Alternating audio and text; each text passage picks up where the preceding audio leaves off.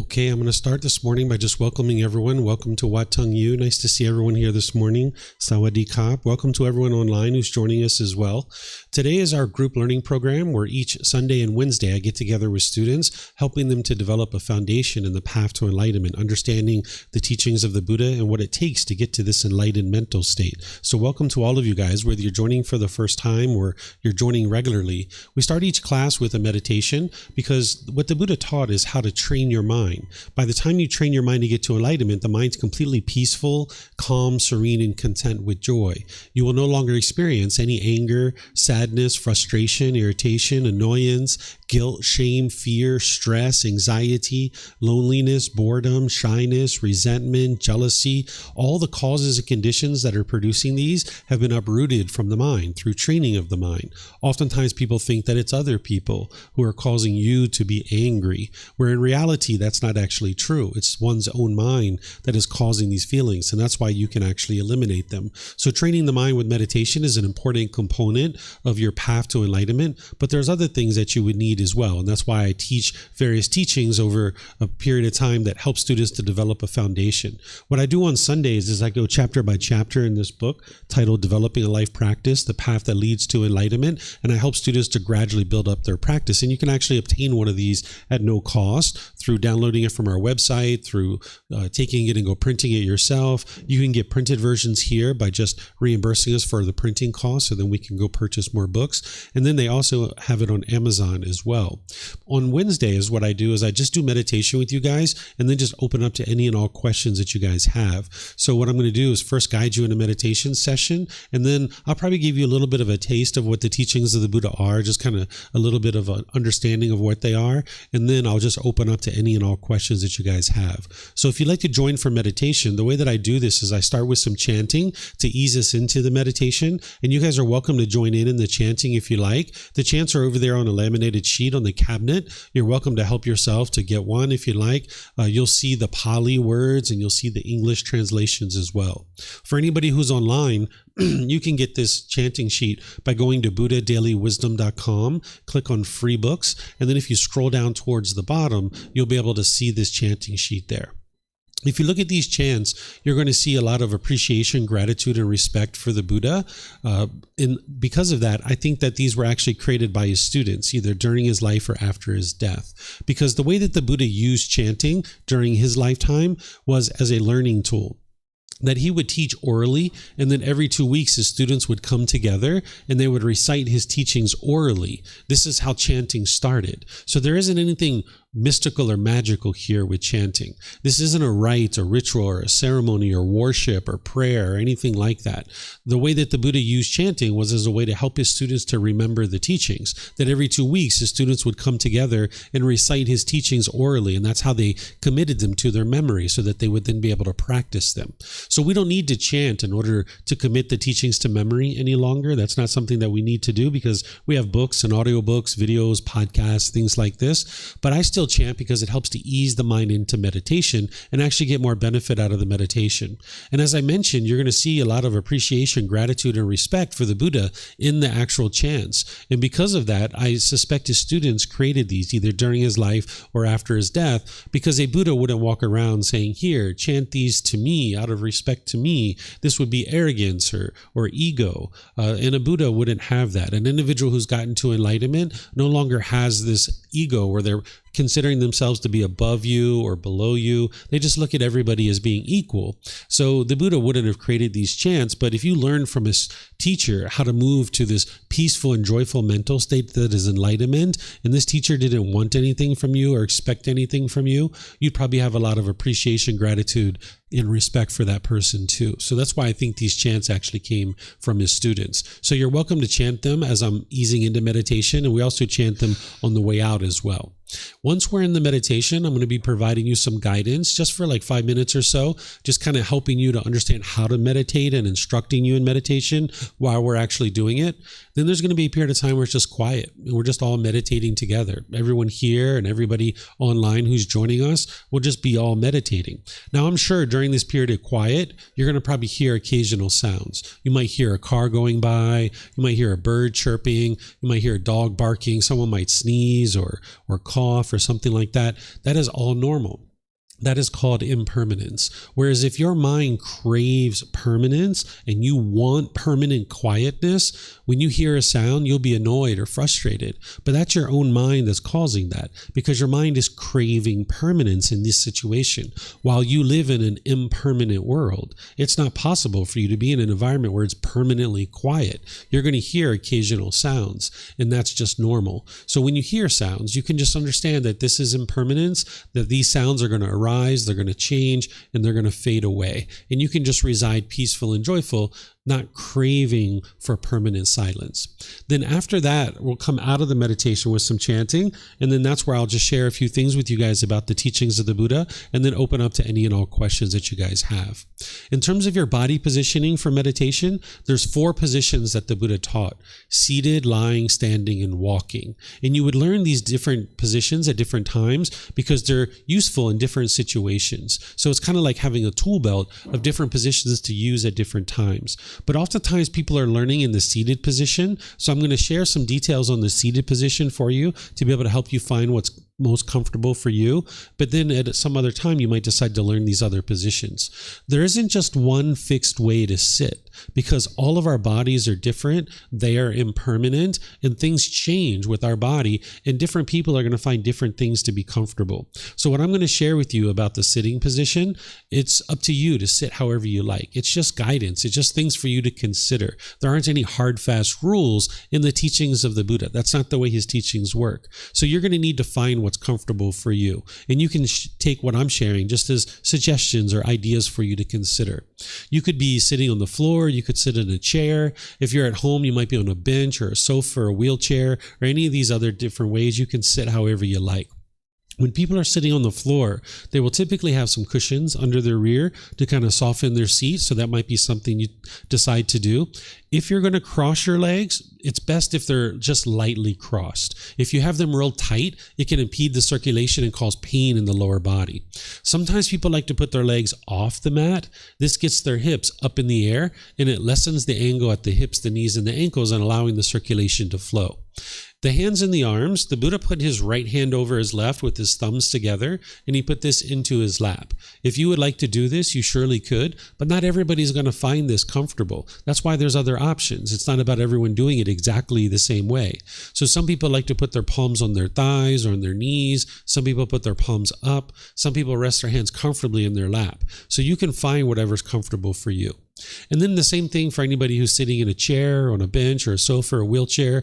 You can sit however you're comfortable too. Some people like to put their feet flat on the floor or lightly cross at the ankles, but you can see me, I'm sitting in a chair here with my legs crossed. So this is an option for you as well. And then you can put your hands and arms wherever you like. It's helpful if your upper body is erect with the sternum up and the shoulders back.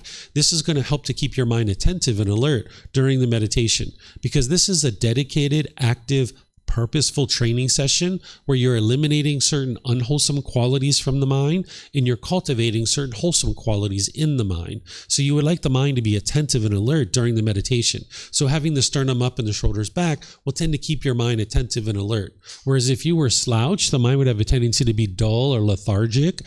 Whereas if you were real rigid, the mind could be overactive or uptight. So by having the upper body in the middle with the sternum up and the shoulders back, not only will it keep the mind attentive and alert, but it'll make it easy for you to breathe in through the nose and out through the nose. So again, I'm going to ease us into the meditation with some chanting, which you guys are welcome to join in on, and then I'll come back in with guidance to be able to help you.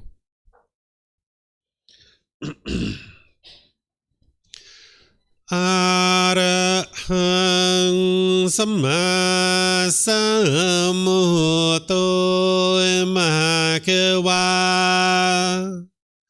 Wat Tung Mahakawanhang Apivateyami Sawakato Mahakawata Dhammo Dhammang Namasami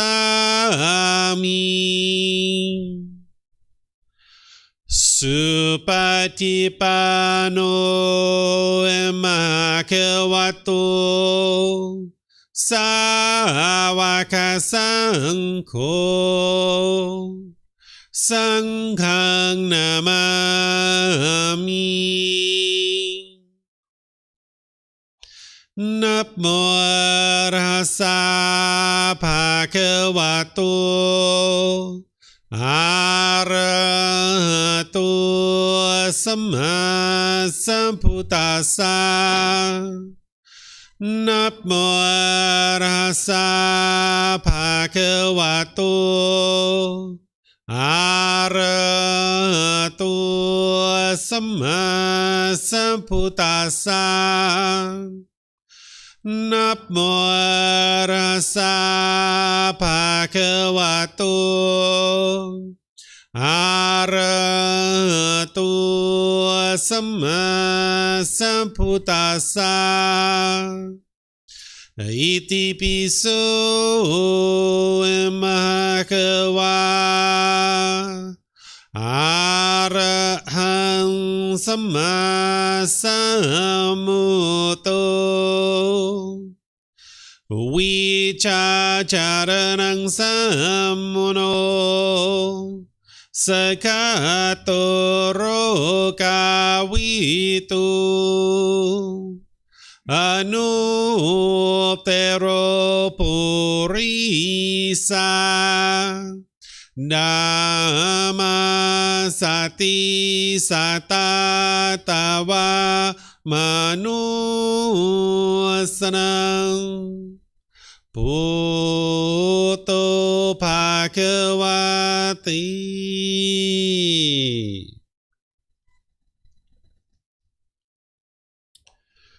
Okay, with the lower body and hands and arms comfortable, and the upper body erect, just close the eyes and start breathing in through the nose and out through the nose. Here you're just looking to establish the breath. A nice, natural, steady, consistent breath. Not forced or controlled. Just a gradual inhale through the nose, experiencing the full breath. And then whenever you're ready, exhale out through the nose. Breathing in and out. Breathing in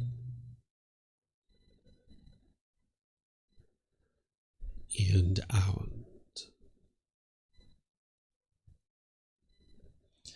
Your breath may not match up with the guidance that I'm providing, and that's okay. This is your practice. I'm just here for guidance. You can use this voice as a reminder that whenever you get to the next inhale, breathing gradually through the nose, developing a nice, natural, steady, consistent breath. And then whenever you're ready, exhale out through the nose, experiencing the full breath. Breathing in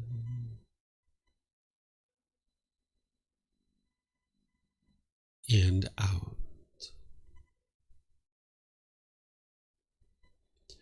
Breathing in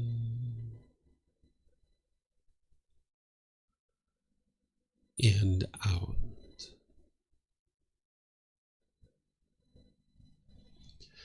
With the breath well established, start fixating the mind on the breath, either the sound of the breath coming into the nose or the sensation of air moving over the skin into the nose. The breath is the present moment. Fixate the mind on the breath, the present moment. Breathing in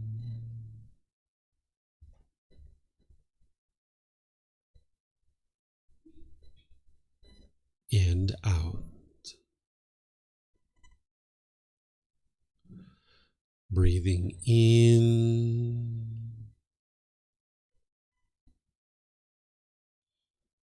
and out.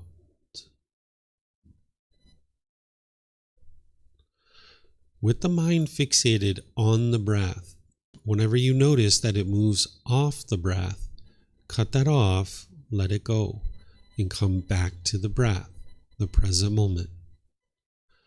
No need to observe the thought, label it, judge it, analyze it, or even try to figure out where it's coming from. Whenever you notice that the mind is moved off the breath, cut that off, let it go, and come back to the breath, the present moment. Breathing in and out.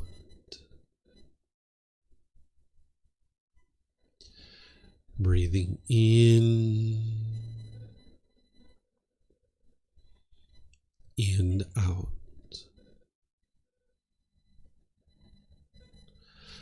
I'm going to be quiet now and let you do this work of focusing on the breath, cutting off and letting go anytime the mind moves off the breath. You have nowhere to go. There's nothing to do. No one needs you right now. This is your time to focus on the breath. Breathing in and out.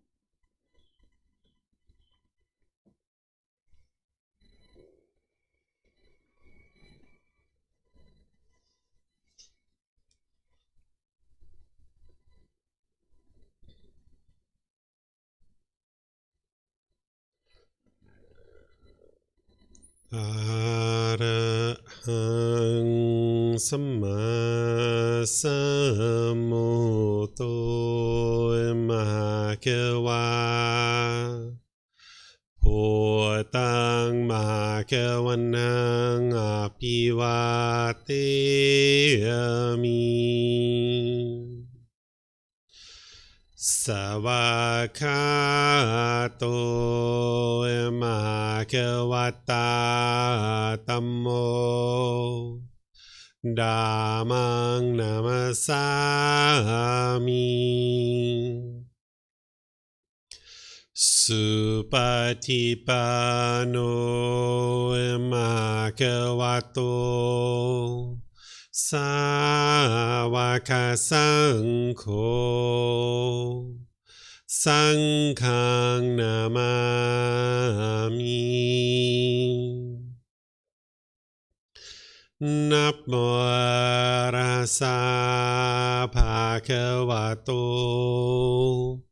อะระหะโตสัมมาสัมพุทธัสสะ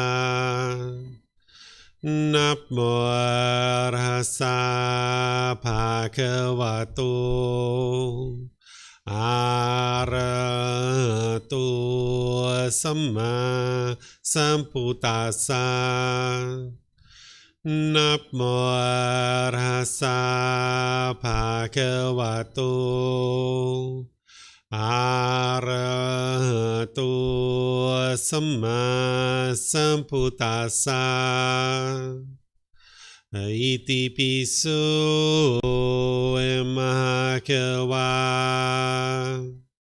อะระหังสัมมาสัมพุทโธวิชาจารณังสัมมุโน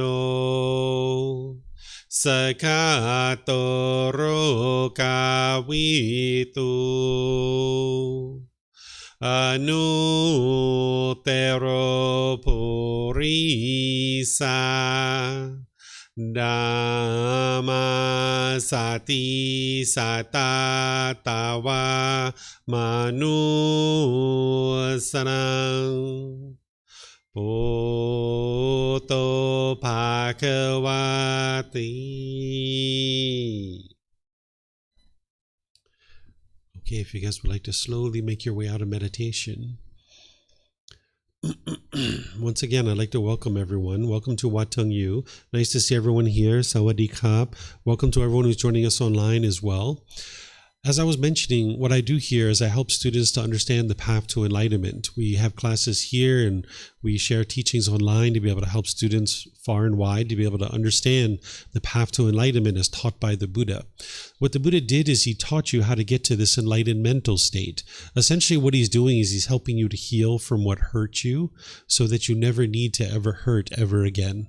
By the time you get to enlightenment, you will no longer experience any anger, sadness, frustration, irritation, annoyance, guilt, shame, fear, stress, anxiety, loneliness, boredom, shyness, resentment, jealousy. All these feelings and others are eliminated from the mind through training of the mind.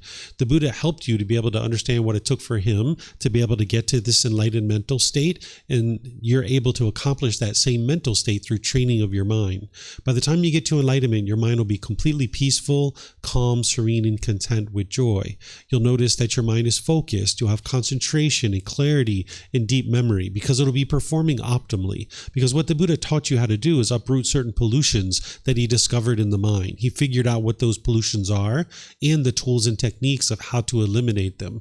And when you eliminate these pollutions out of the mind, it'll perform optimally with focus, concentration, clarity, and deep memory.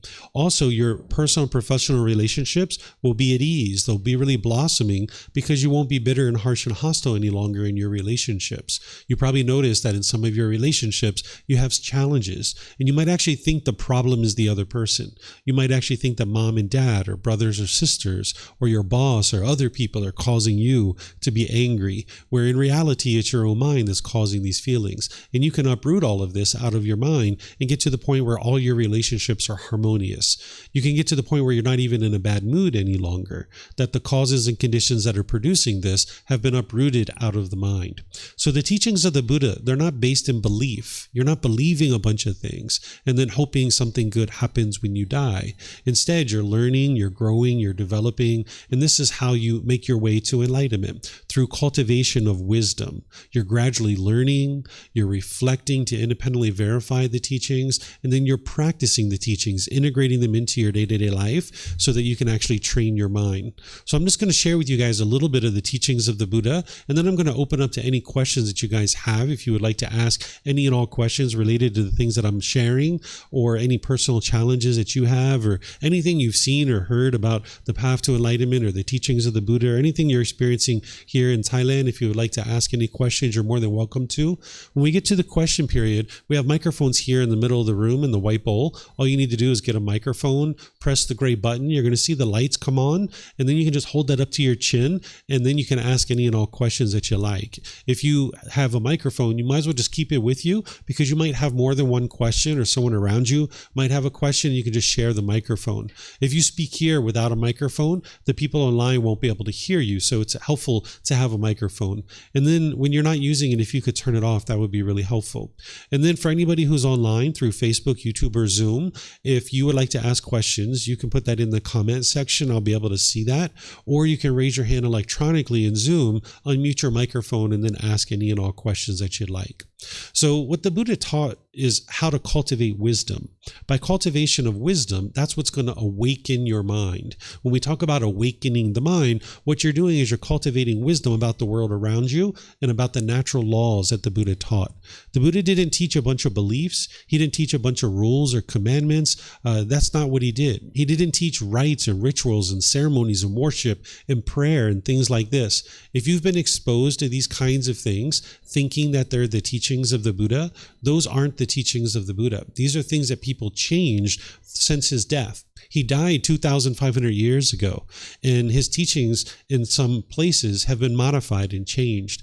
But here, what we do is we share the original words of the Buddha so you can see what did he teach and what he didn't teach. And he didn't teach any kind of mystical or magical things. He didn't teach any superstition or auspicious things. He taught you the natural laws. He's explaining to you how the natural world around you is functioning. Because when your mind's angry or sad or frustrated or any of these other feelings like stress or anxiety, you're actually struggling. You're having difficulties because your mind lives in a world that it doesn't understand.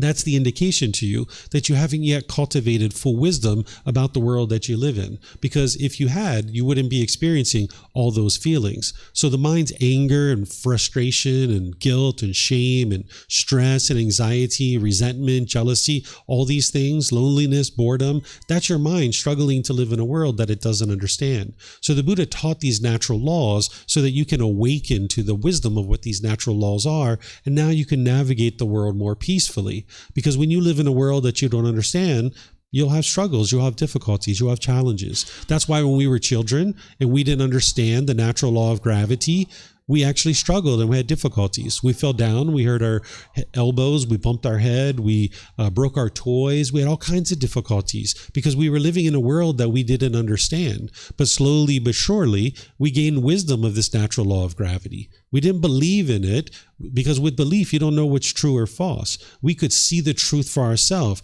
that this natural law actually exists. You can see it. Right? Nobody's believing that there's the natural law of gravity. We know with 100% certainty that it exists because we see it every day. And it was affecting us whether we are aware of it or not. And when we didn't understand this natural law and we fell down and we broke our toys or what have you, we were really upset about that. We were struggling because we were living in a world that we didn't understand. But now we understand that natural law. You might say that we fully awoke. we cultivated wisdom about this natural law, that by the time we were 10, 12, 14 years old, we stopped struggling with that natural law. It took gradual training, gradual practice, and gradual progress to gain wisdom of that natural law. And now we've learned to tie our shoes a bit tighter, to look at the surface of the sidewalk. We make wiser decisions. And now we can climb ladders, we can ride bicycles, we can get on airplanes, fly all over the world, because we understand this natural law of gravity. So there's other natural laws that are affecting you, whether you're aware of them or not.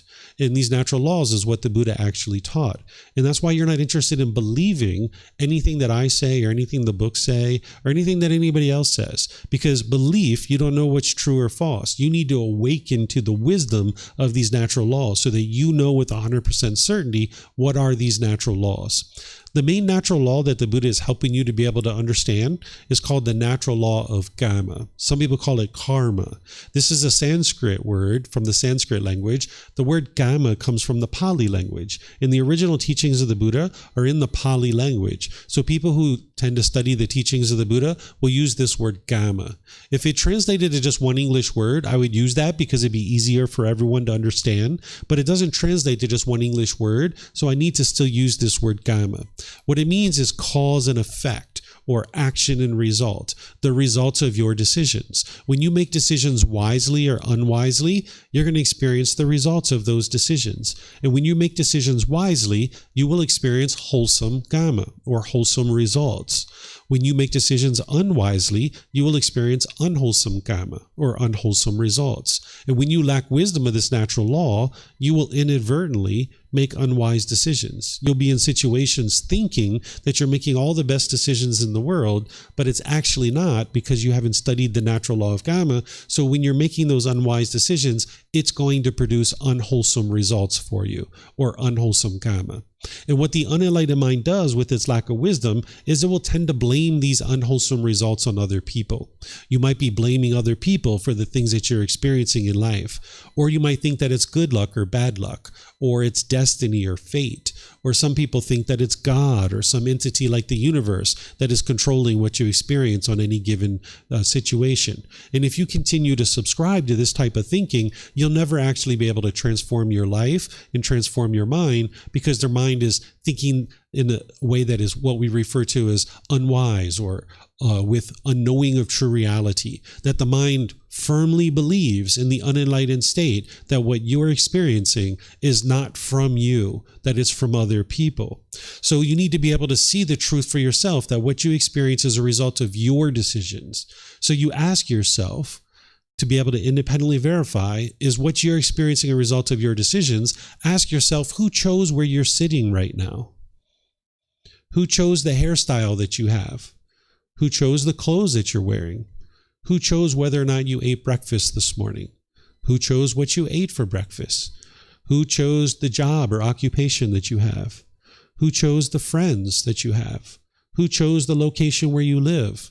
These are all choices that you're making, and you're going to experience the results of these choices. And when you lack wisdom of these natural laws, you'll tend to make unwise decisions that are going to produce unwholesome results. And with the mind's lack of wisdom, it'll think it's good luck or bad luck when you're experiencing unwholesome results, or destiny or fate, or it's God or some entity called the universe that's causing these things to occur. Or you might blame other people, like your parents or your siblings or your boss or your coworkers or your neighbors, your life partner, your children, people like this. And if you keep doing that, you'll never actually solve your problem, because you're not allowing your mind the opportunity to cultivate wisdom to make better decisions.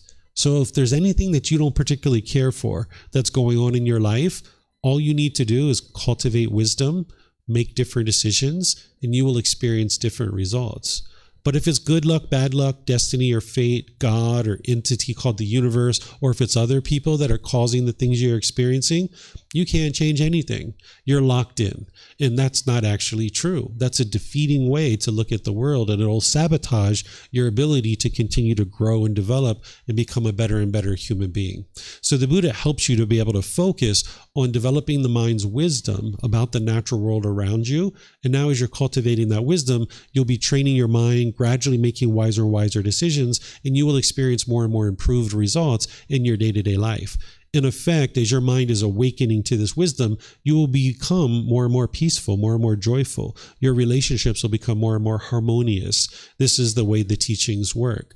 But each individual needs to decide for themselves that they're interested in learning and growing and developing. So that's why we have various programs here to be able to help students to do that. And we allow people to get access to these teachings at no cost, whether it's books, audiobooks, videos, podcasts, personal guidance, classes, courses, retreats. Everything's available to you at no cost. There's nothing standing in your way of learning and growing and developing and training your mind, becoming a better and better human being, where you can essentially evolve.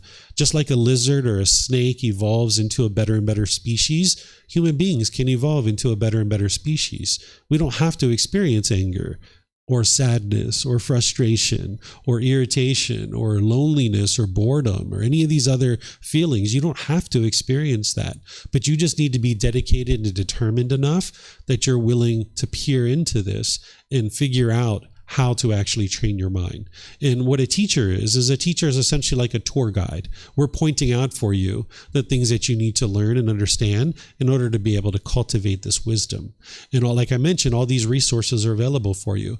The books you can get from our website by downloading them for free, by taking them and go printing them yourself. You can get printed versions here by just reimbursing us for the printing cost, and then we'll use those funds to purchase more books for other people.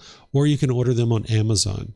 You can get access to personal guidance, to classes and courses and retreats to be able to help you gradually learn. And whether you're here in Chiang Mai or whether you'd like to attend online, because people can come in through our live stream like Zoom and YouTube and Facebook, things like this. Or if you can't attend live, everything's recorded so you can learn at your own pace. So if you're interested in healing from what hurt you so that you never need to hurt again, the first step is to understand that it's your own mind that's causing these feelings. Your mind is craving permanence. Your mind is wanting things to be a certain way permanently while you live in an impermanent world.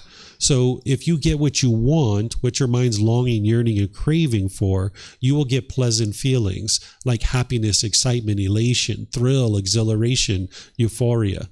But if you don't get what you want, you'll get angry, frustrated, agitated, or annoyed.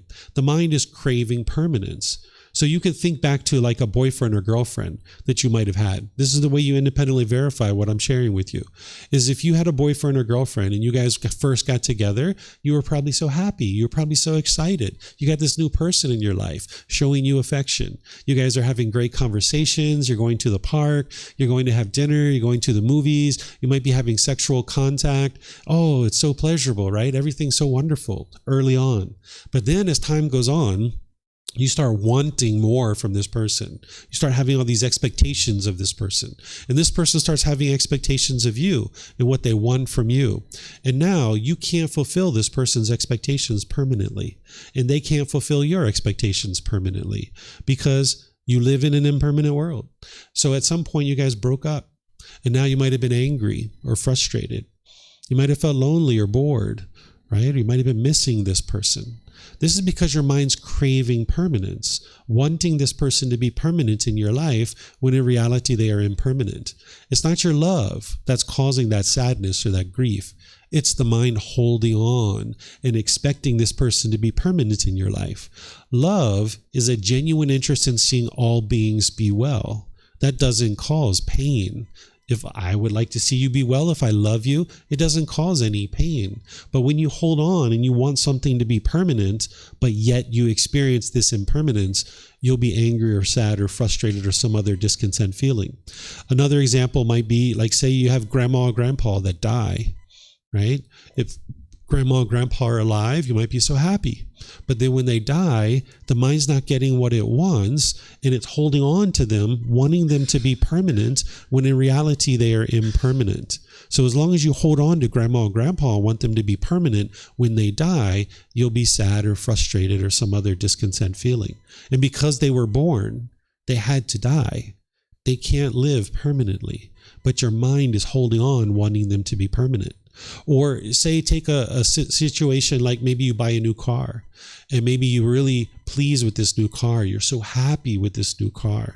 And now when you park it at a store and you go inside, you come out and you see a scratch on your car, you might be sad or frustrated or angry. It's not the scratch that's causing that. And it's not the person who scratched your car.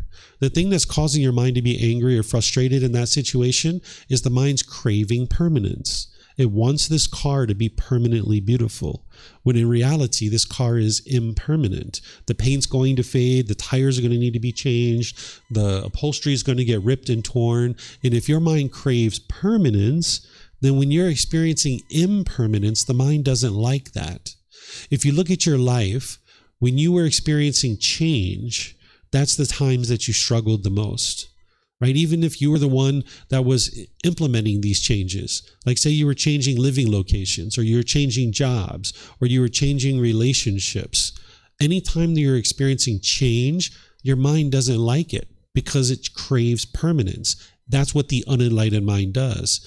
But in the enlightened mental state, they understand the universal truth of impermanence. An individual has trained their mind to not crave permanence. So if you get really happy when it's sunny outside, that means when it rains, you'll be sad or frustrated. Or if your bank account balance is up here and you're really happy, then when it goes down here, you'll be sad and frustrated. So you can see it's not other people that are causing you to be angry and frustrated, because there's no person involved in either of those two examples. It's just the sun going from sun to rain, or it's your bank account balance going from here to here. All that's happened is change. And you live in a world full of change. So if your mind craves permanence, living in an impermanent world, you're sometimes going to get what you want and you'll be really happy with that. But in some cases, you're not going to get what you want and you're angry or frustrated. You can think back to when we were children. We asked mom and dad for chocolate and ice cream. We were so happy when we got chocolate and ice cream because, they gave us what we wanted. But then when we didn't get chocolate or ice cream, we were angry. We were frustrated. You're the worst mommy and daddy ever, right? That was our own mind causing that. You can look back through your life. Any situation that you've been in where you've been angry or sad or frustrated, it's been your own mind causing it. Now, this other person might have been doing something unwise, but that's not what's causing your anger, sadness, or frustration. So if you'd like to take a moment right now to independently verify what I'm sharing, you can. Take a recent situation where you've been angry or sad or frustrated. It might have been this morning or yesterday or last week. Look at that situation with these fresh eyes, because at that time you might have been trying to blame somebody else for what you're experiencing, but look at it with these fresh eyes. What was it that you wanted? What were you longing, yearning for? What were you expecting? And if you would have got it, you would have been happy. But because you didn't get it, you were angry or sad or frustrated or some other discontent feeling. Maybe you showed up to the airport, really excited to come to Thailand. And maybe your flight was delayed. And now you sat there for 2 or 3 hours being frustrated, right?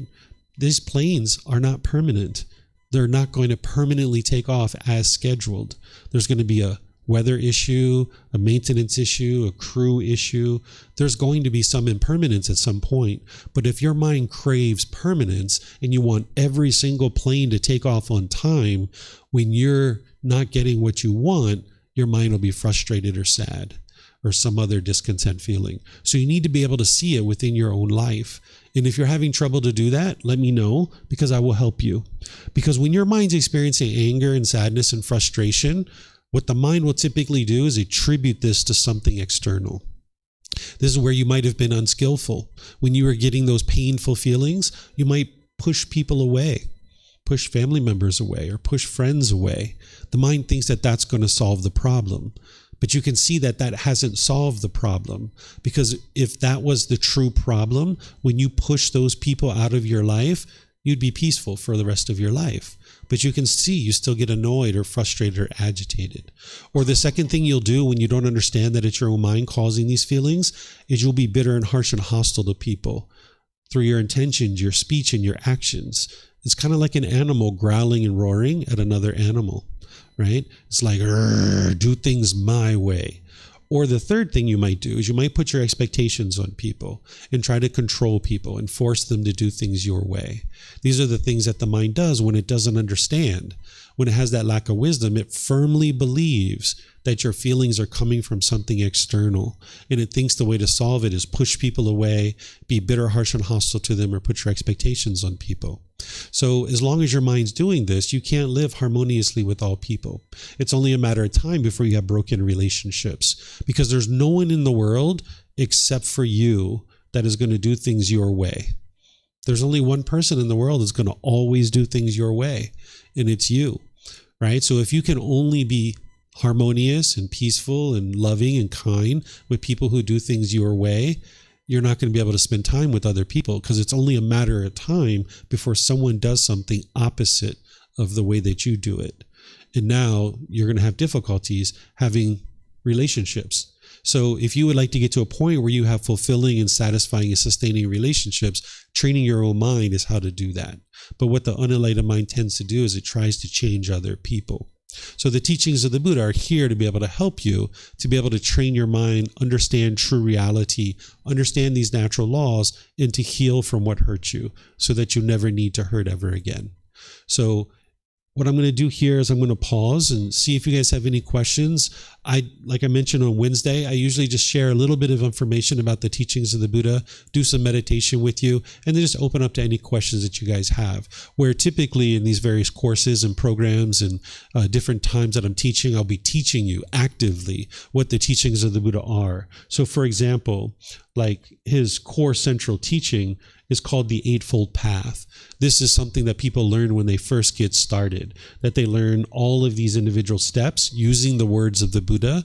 And this is how you actually make your way to enlightenment, is by training your mind through this Eightfold Path. This is the core central teaching of the Buddha, and everything else plugs into it. And this is where he's helping you to understand how to actually get the mind to enlightenment. And this isn't a one-day journey, a 1 week, 1 month, 1 year journey. It's a multiple year journey. One of the biggest myths about the life story of the Buddha is people think he sat under a tree, he meditated, and instantly got to enlightenment. And this isn't actually true. It took him 6 years to get to enlightenment. It was gradual training, gradual practice, and gradual progress. So the same thing is going to need to happen for you too. And you can see that to be true because anything you've ever done in life has been that way. Whether it's learning to read, write, and speak a certain language, it was gradual training, gradual practice, and gradual progress. So if you guys have questions about anything I've shared or anything from your own life that you guys would like to ask questions about, you're more than welcome to ask those. Again, if you guys could use the microphones, that'd be great. And for anyone online, you guys can put that into Facebook, YouTube, or Zoom, or raise your hand in Zoom. So is there anything that you guys would like to ask questions about?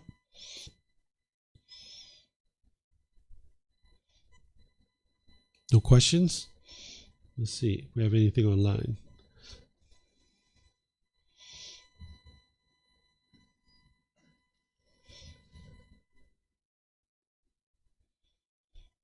Okay, I'm not seeing any questions anywhere, so if nobody has questions, I'll just end class.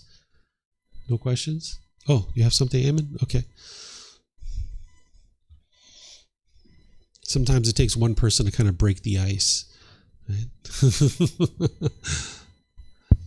Thank you, teacher.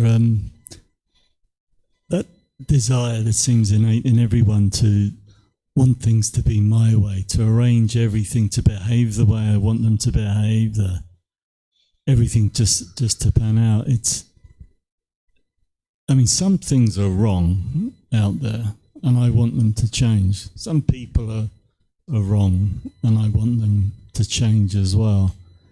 But trying to understand that that's just the way it is when some of these things can, and some of these people impact my life quite badly. Mm-hmm. That's where the rubber hits the road for me. So I try to think, well, I have no real influence. People will do what they want to do. I've just got to see how I respond to that. Mm-hmm. It can be really difficult sometimes being, like that. So it's best to not think of things as right and wrong. When you start thinking that way, it makes it sound like there's only one right answer and everyone else is wrong. And the right answer is always going to be your answer. That's what the ego tends to do, that this is right and all of these things are wrong, right? A better way to look at this, and the wording is just slightly different, is to think about that there's a whole slew of wise things. There's like multiple wise answers, and then there's multiple unwise things that somebody could do. And everybody's making decisions based on their amount of wisdom that they have or lack thereof. and people are going to make decisions in the world based on their wisdom or the lack thereof. And when your mind is seeing it as right or wrong, that's the mind's own ego thinking that my way is the right way and other ways are the wrong way, where you need to be able to see that there's actually multiple right ways, if we'd like to use that word, and there's multiple wrong ways too. So this will help you to open up to see that there's a lot of impermanence in the world and there's multiple wise ways to do things. And what's important is that you do things a wise way.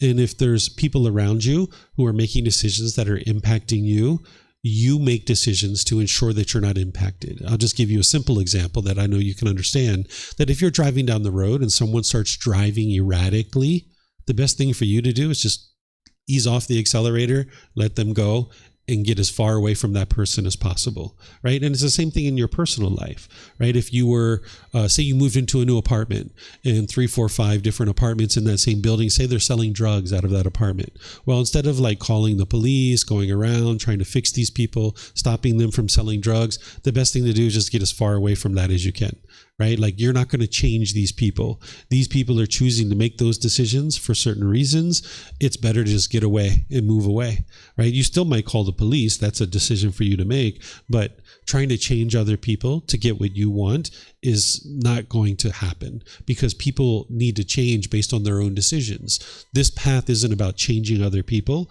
It's about training your own mind and making wise decisions and realizing that whatever decisions you make are going to impact you. So where you see things that anything that's happening that you don't particularly care for, cultivate wisdom, make different decisions, and you experience different results. So there's surely plenty of unwise things that are happening in the world, but if you're making wise decisions, those things won't impact you. That you can get to the point where you're unaffected by other people's decisions because you've made decisions in such a way that it doesn't allow other people's decisions to impact you. And you can get to the point where your mind's completely peaceful and completely joyful. Mm-hmm. Any other questions you guys would like to ask?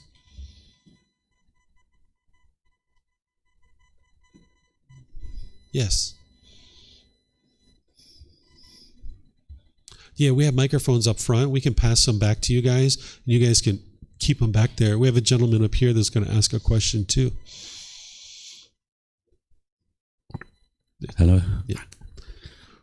So I'm very interested in, I guess it's the way and mechanisms that support the teachings of Buddha in terms of symbolism, art and architecture, and how that is used to tell stories, to inspire people and so on.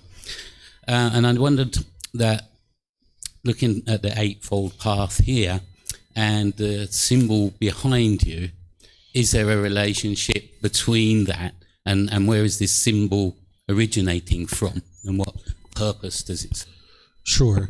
So during the lifetime of the Buddha, everything was taught orally, that he spoke, because they didn't have the ability to write things down during his lifetime. 2,500 years ago, the technology hadn't made its way to where he lived. And we might not see writing something down as technology, but 2,500 years ago, that was technology. So he would teach orally to large groups of people. And then he would use symbols like this in order to remind people of what he taught, because there wasn't any written language. So if you saw this symbol, for example, on the side of someone's barn, and you had learned with the Buddha, you would know exactly what this is, and it would bring the teachings up to the forefront of your mind. What this is we refer to it as the Dhamma wheel. The word Dhamma means teachings. So teachings wheel doesn't quite sound right, so I still use Dhamma wheel.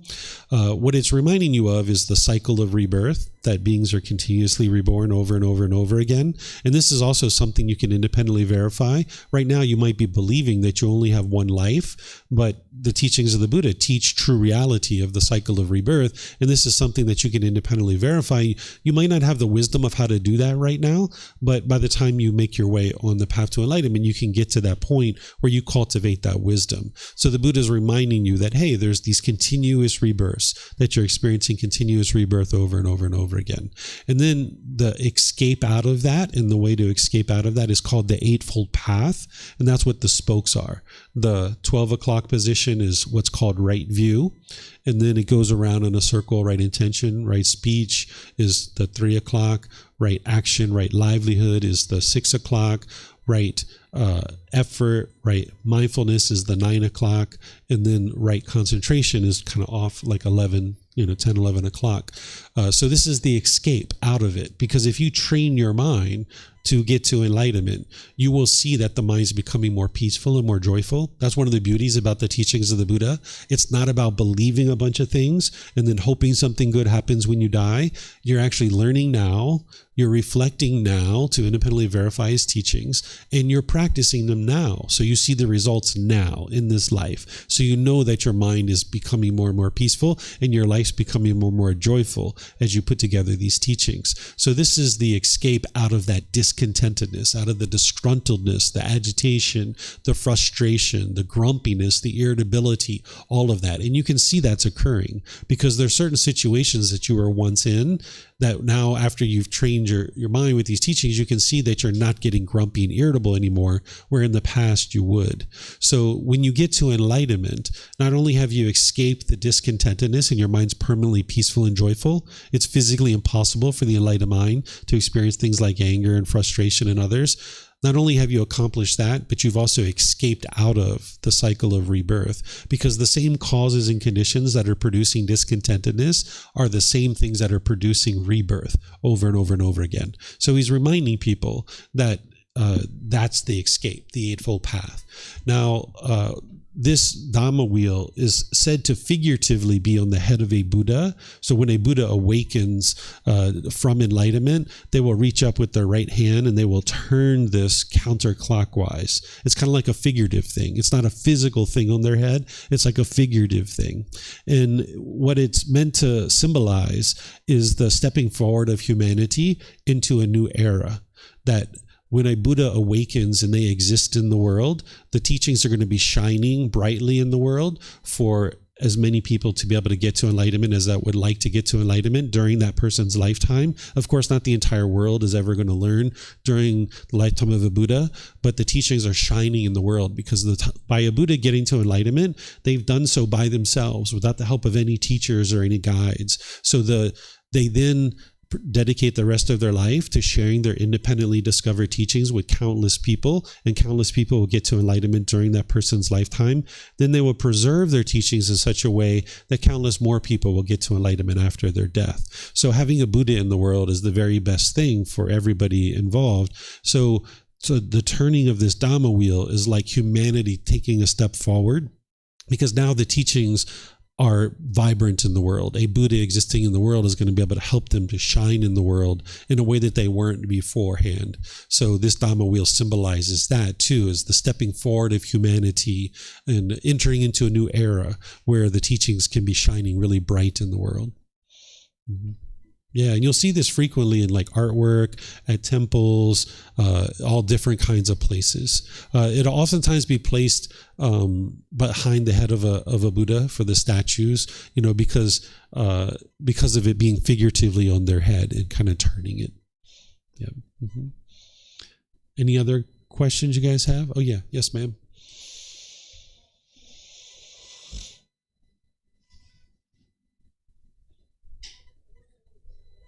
If you press it and hold it for a second or two, you'll see the lights come on. You just got to be patient with it. Is it working? Okay. Yes, sure is. So, before I get to know Buddhism, I thought that Buddhism is about worship and going to temple and pray for specific outcome and they will get it. But after I got to know more about Buddhism, I learned that it's about the wisdom of looking inside and letting go of your attachment and understand that everything is impermanent. It seems that these two approaches are very different, but somehow I think they coexist in the current society. So my question is, why do some people, even like Buddhists, still go to temple to pray for specific outcomes? Yeah, this is called, in the teachings of the Buddha, it's called a lack of wisdom or the unknowing of true reality. I'm going to show you something here I'm actually going to be teaching this weekend. This weekend on Sunday, I'm going to be teaching the 4 stages of enlightenment and the 10 fetters. The 10 fetters are the 10 pollutions that are in the mind that the Buddha discovered and that need to be uprooted and eliminated in order to experience enlightenment.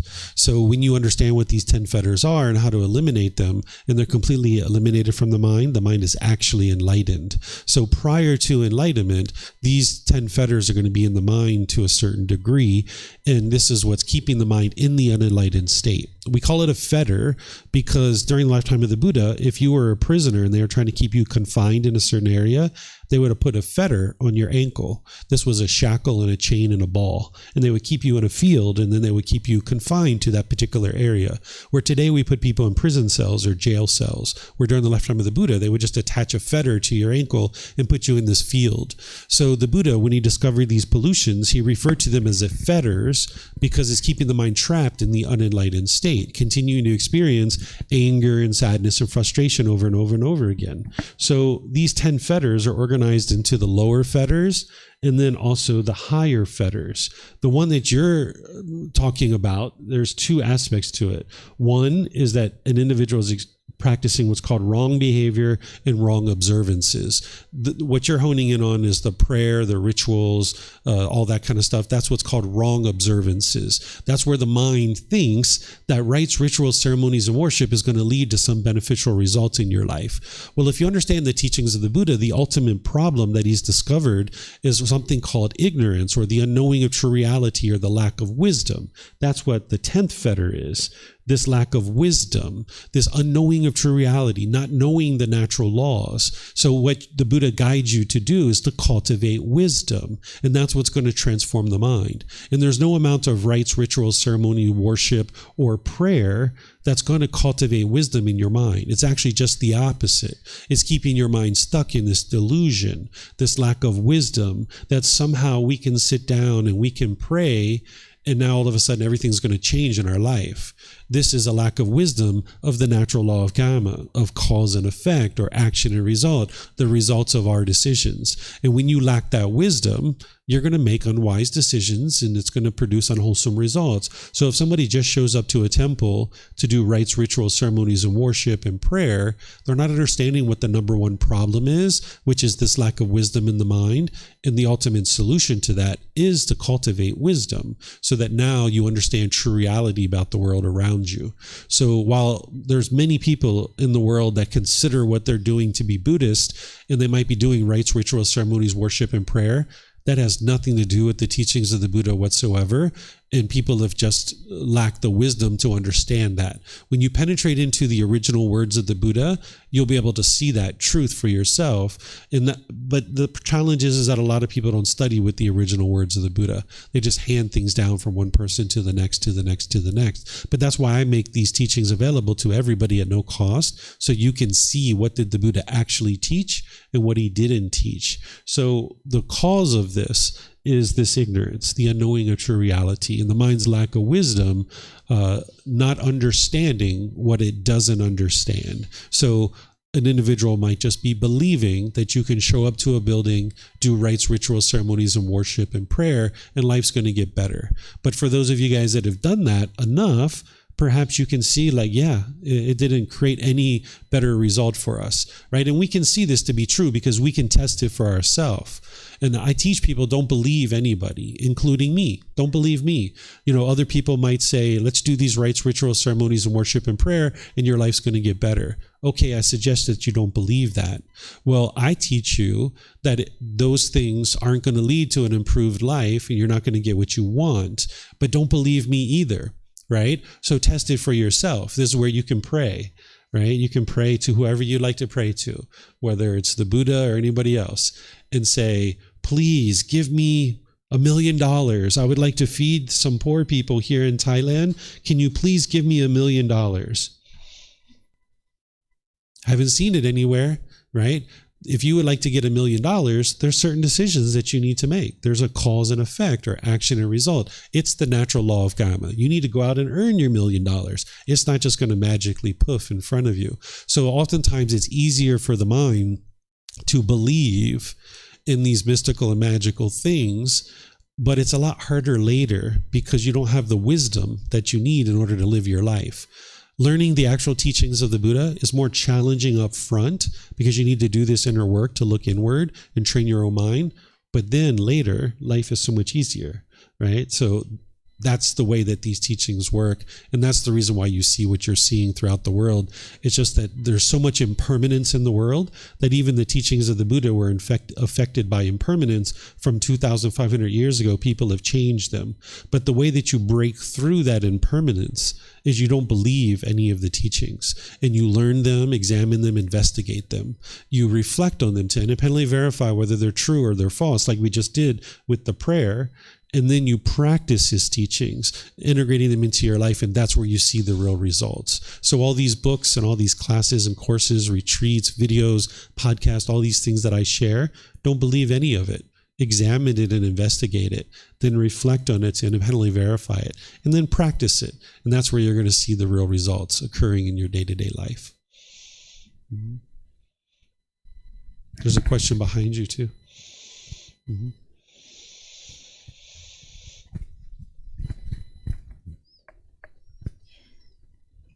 So pushing people away is not the solution. Is there any teaching to know which relationships or jobs or where it's worth putting our energy? So on a case-by-case basis, you're going to be making decisions about what to pursue in your day-to-day life, and it's going to come from your own mind of what to pursue. There's a fetter here called central desire. This central desire is where the mind is longing, yearning through your sense bases for permanently agreeable contact. Your sense bases are things like your eyes, your ears, your nose, your tongue, the body, and the mind itself. The mind is longing, yearning, wanting permanently agreeable contact. So for example, if you hear music, like if you're at a stoplight and someone pulls up to you with music that you particularly find to be agreeable to you, you'll get really happy. You'll get really excited. You'll be dancing in your seat perhaps, right?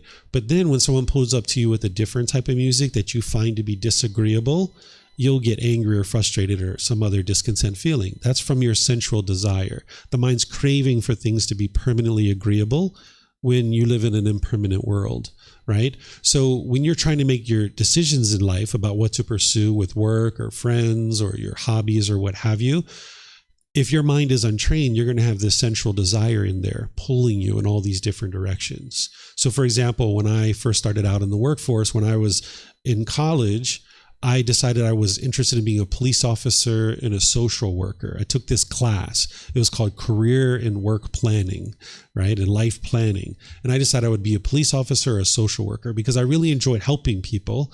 And that was what I thought I could do and be able to earn a living at it. Well, I went and pursued the police thing and I saw how they sometimes need to treat people. And I was like, not interested in that. And then the social worker one, when I looked at that, I was like, man, they don't make enough money.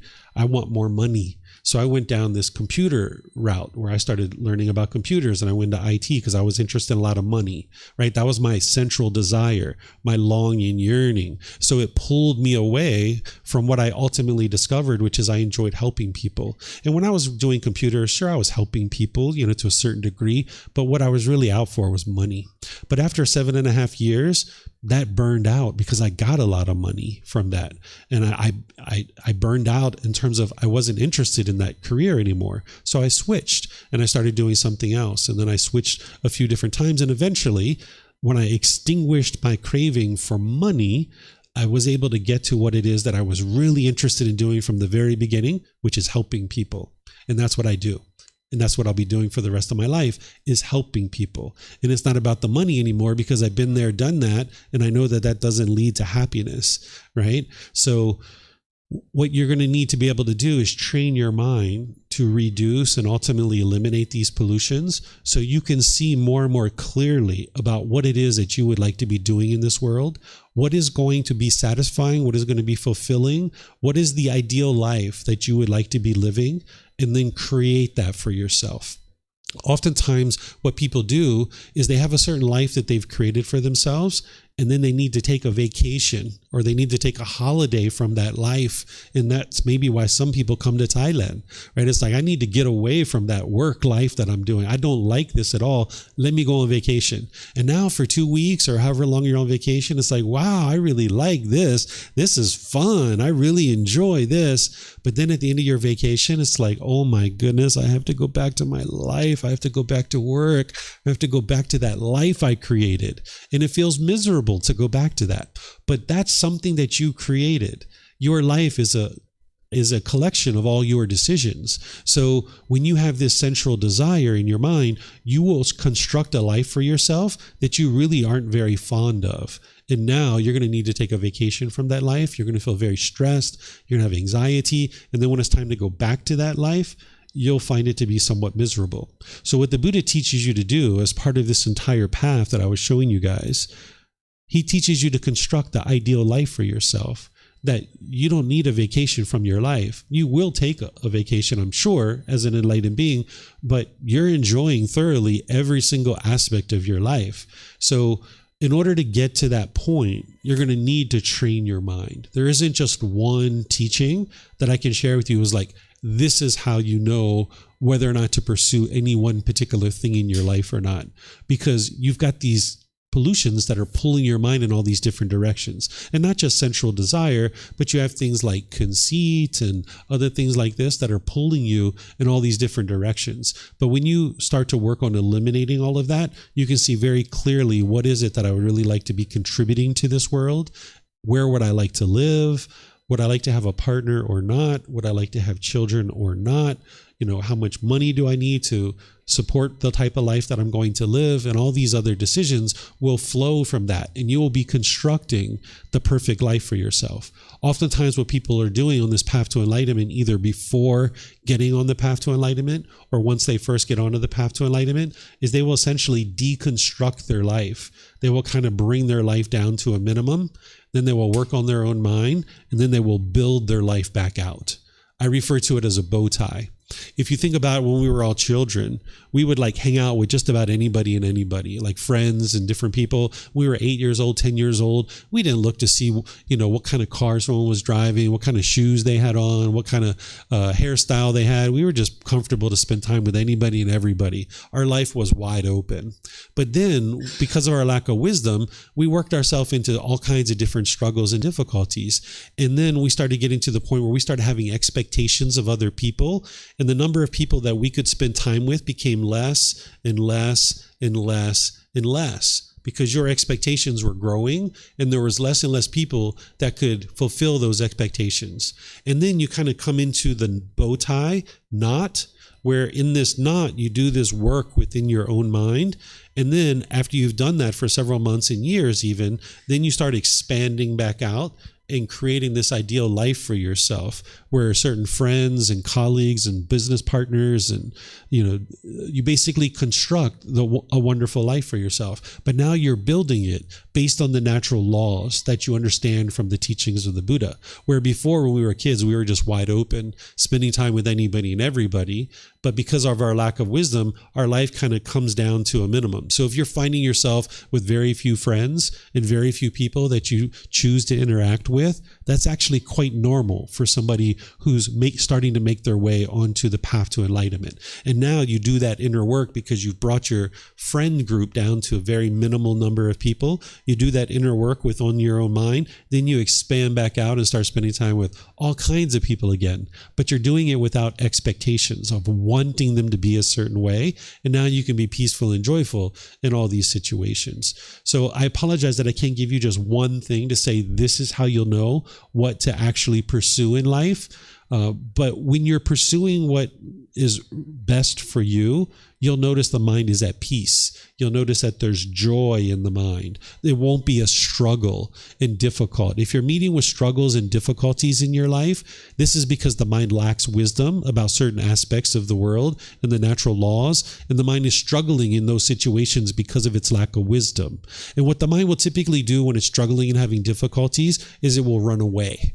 That's typically what the mind does, because it's not willing to provide the effort and energy to work and do the work here. So the mind will tend to run away. But when you're struggling and having difficulties, it's better to turn around and walk towards that struggle or difficulty. But in some situations, the best thing to do is choose to step away, either from a relationship or a job or a living location or something like this, because you're not interested in trying to shove a round peg into a square hole, because it doesn't work, right? So you would like to get to the point where you're making wise decisions through training your mind first. That's the priority, because like a computer has a CPU, and that's the main central processing unit, and everything goes through the CPU of the computer. The human being is the same way, that your mind is like the CPU. And if your mind is unclean, if it hasn't been trained, if it's not purified, life is going to seem somewhat miserable to a certain degree. It's kind of like you've learned to clean this body, and when you go around with a clean body, you feel fresh and you feel great. But if you went around for a few days or a few weeks or a few months or maybe a few years without cleaning this body, you would feel quite miserable. So if you've been cleaning the body and that's what you've been taught to do, but you haven't been taught to clean the mind, you're not addressing this entire being of who you are, right? So you need to be able to address cleaning the body and cleaning the mind. And now by cleaning the mind, you'll be able to find those wise decisions that are taking you in a direction that is creating the ideal life for yourself. But you need to prioritize the training of the mind, because that's the central processing unit that you experience everything through. And as long as these pollutions are in the mind, these 10 fetters, you'll find it very difficult to have relationships, to figure out what to do in your life, where should you live, where should you work, what friends should you have, whether you should have a boyfriend or a girlfriend or any of these other things. So if you prioritize the training of your mind and cleaning up of your mind, everything else will follow from that, because you'll be able to then make wise decisions to create this ideal life for yourself. Mm-hmm. Right. So, first, I'd like to thank the first person who asked the question. That really opened for all of us. Mm-hmm. I have a struggle to understand something. You talked about the basic rules of nature, like the Newton rules of physics, and so isn't the natural desire that we have, isn't it natural thing that we are trying right now to suppress? Is it? Because this is something that we were born with. This is not something that we developed. The expectations and desire and the expectations. This is something that also created what we have today. The technology, the expectations to travel. It had some positive things in that. So this is one thing that I'm trying to understand, why we are trying to suppress expectations and desire. And the second thing is, let me answer the first one first. Just one thing at a time. So you're not trying to suppress anything. The teachings of the Buddha aren't about suppression, because that's going to be very uncomfortable, and it's going to feel very pressured if you're suppressing something. Instead, what you're doing is you're gaining the wisdom to see that when you make decisions through craving, desire, expectations, you can only be happy when you get what you want. And when you don't get what you want, you feel angry or sad or frustrated or some other painful feeling. You need to be able to see the wisdom in this, that what the mind is doing in the unenlightened state is ultimately leading to dissatisfaction and difficulties and struggles in your life. So you're not suppressing your craving and your expectations. You're actually retraining the mind. You're actually rewiring the mind to now function through wise decision making rather than suppressing or anything like that. Got it. And the second question is regarding the eighth path to wisdom, which is I see it as a certain manual for living your life. But what is the purpose of this, of all of this? I mean, in other religions, the purpose is to be a good servant, and then you'll get to heaven, or I don't know, you have a better life, or you will heal yourself. Mm-hmm. Behind that, sorry for calling that technical, but behind the manual that that the eighth path, what is the purpose of us being here? I'm trying to understand. Sure. I will say that I don't consider the teachings of the Buddha religion. But it all depends on how you think about religion. If you think about religion as like one person at the top and telling everybody else what to do, or if you're thinking about religion as like rules and commandments of things that people are required to do, or if you're thinking about religion as rites, rituals, ceremonies, and worship or prayer, the Buddha's teachings don't have any of that. There isn't one person at the top telling everybody what they should or shouldn't be doing. There aren't any rules or commandments, and there aren't any rites, rituals, ceremonies, and worship. So if that's what you consider to be religion, then we can say that the teachings of the Buddha aren't a religion. The purpose of this Eightfold Path and the purpose of the teachings of the Buddha is to guide you to a peaceful and joyful mental state where your mind is completely at ease and you can have a wonderful life for yourself in this life, not in a future life. It's not about getting to heaven. It's not about believing a bunch of things and hoping something good will happen when you die. It's about actively learning and growing and developing as a human being today in order to be able to experience better and better results in this life. So one of the ways you might think of the teachings of the Buddha is like one of the best, most well-vetted self-help programs you've ever experienced, because it's been around for 2,500 years. It's to be able to do this inner work on your own mind and improve the way that your mind functions. So it's a self-help program. Or if we were talking about this in terms of the body, we might talk about it as like a workout plan, right? And now when you do follow this workout plan, you're going to produce certain healthy results for the physical body. So this is almost like a plan or a self-help program where it's showing you how to train your mind and exercise your mind to get to the point where you've rewired your mind to be able to experience nothing but peace and joy. And it's a permanent mental state that when you get to this mental state, that your mind will no longer be experiencing any of those discontent feelings. Mm-hmm. Any other questions? Yeah, yes, sir. Can you hear me? Okay.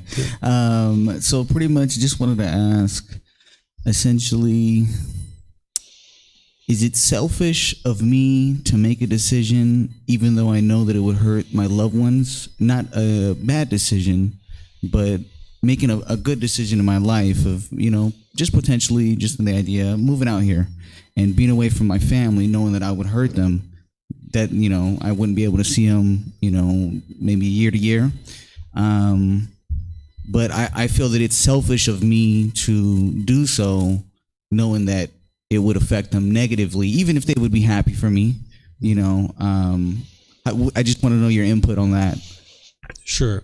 It's important to understand that when it comes to mental pain or the mental hurt that you're talking about, you actually can't cause your family to mentally hurt or experience mental pain. Any mental pain that they're experiencing, it's coming from their own mind.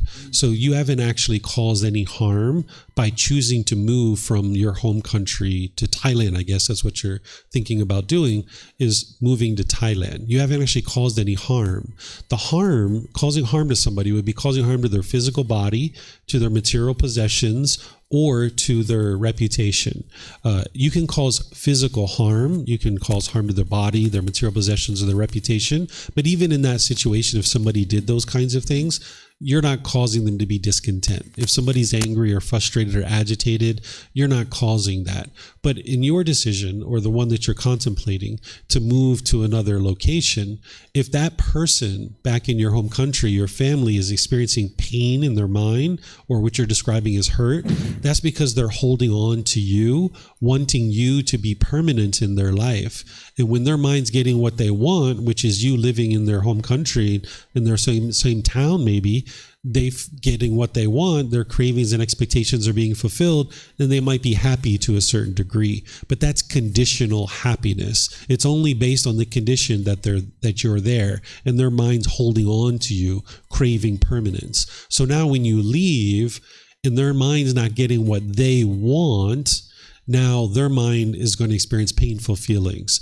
And you're not being selfish to choose to leave somewhere else. If somebody else was putting pressure on you to stay because they don't want those painful feelings, that's the selfishness, because their mind is holding on to you and saying, you can't leave because my mind's holding on to you and I'm craving permanence. And if you leave, my mind's going to experience painful feelings. But they don't understand that.